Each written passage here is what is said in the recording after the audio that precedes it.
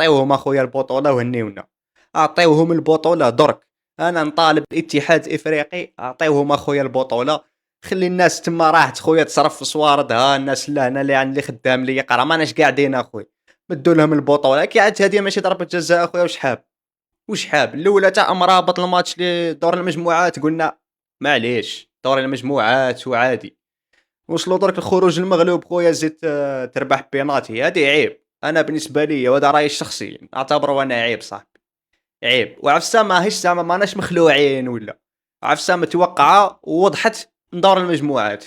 المغرب راح البطوله هذه راح يخليها في ارضه مهما كلف الثمن. مهما يعني شوف من الاخر راح تكون بطوله صعيبه. وماتش تاع الكاميرون راح نزيدو نشوفوا فضيحه اكبر من هذه متاكد مليار بالمية. الماتش تاع الكاميرون راح نشوفوا فضيحه اكثر على هذه.